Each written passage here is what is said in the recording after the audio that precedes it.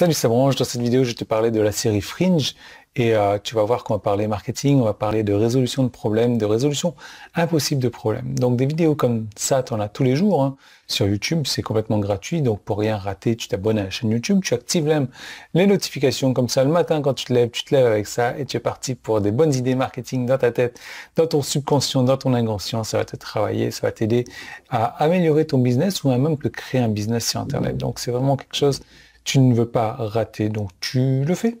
Voilà.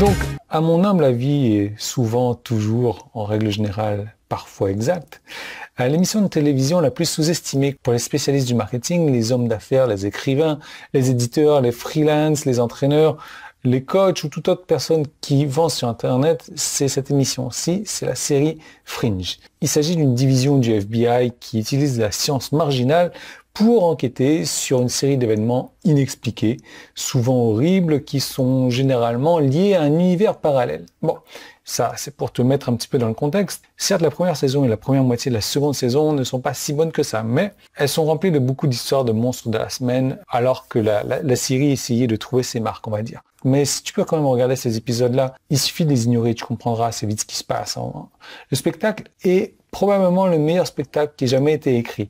Fringe dépasse de loin pour moi toutes les séries. Et la raison pour laquelle ça dépasse toutes ces séries, c'est le personnage de Walter Bishop. Il est scientifique proverbal, excentrique, avec un QI de 196, que les écrivains ont conçu comme un croisement entre le docteur Frankenstein et Albert Einstein. Tiens d'ailleurs, Einstein et Einstein. Bref, il est également le résolveur de problèmes de classe galaxie, quoi. Il utilise les outils, les événements, les ressources dont il dispose pour résoudre les problèmes impossibles. Et c'est une des caractéristiques des meilleurs spécialistes du marketing et des rédacteurs aussi. Et j'ai longtemps trouvé que cette série était une grande source d'inspiration pour ce genre de choses. Par exemple, parfois tu n'as pas l'offre la plus intéressante avec laquelle travailler ou les meilleurs éléments de preuve ou de crédibilité à ta disposition pour prouver que ton produit fera ce qu'il dit. Ou tu n'as pas l'histoire fascinante avec laquelle tu peux jouer ou un historique de succès, etc.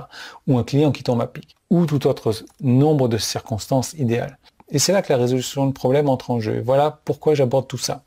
Parfois, je me considère un petit peu comme le Walter Bishop du marketing, même si au lieu d'avoir un QI de 196, je n'ai plus un de 76.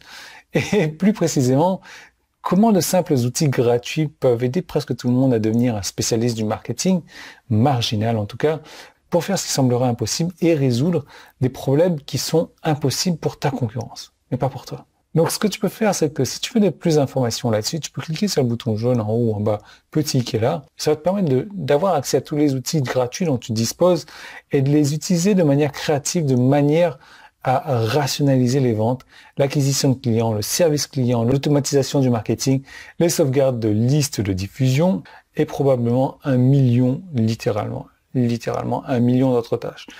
Et si tu veux avoir mon cerveau imbibé de toutes ces informations, donc je te recommande vraiment de cliquer sur le bouton jaune qui est en haut si tu es sur mon site ou en bas si tu es sur mon site aussi. Petit i, il est tout blanc, hein. Il n'est pas jaune celui-là, sur YouTube. Et je te laisse cliquer dessus et je te retrouve de l'autre côté.